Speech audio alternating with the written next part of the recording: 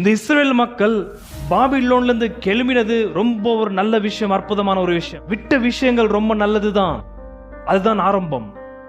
அதற்கு பேர் தான் வேதாந்தத்தில் சொல்லப்பட்ட வார்த்தை ரிப்பென்டன்ஸ் அல்லது மனம் திரும்புங்கள். நாம் போகிற திசைதான் எதை விட்டு நாம் திரும்பணுமோ, எந்த வாழ்க்கையை விட்டு நாம் மனம் திரும்பினோமோ அதற்கான அர்த்தத்தை அருளுகிறது.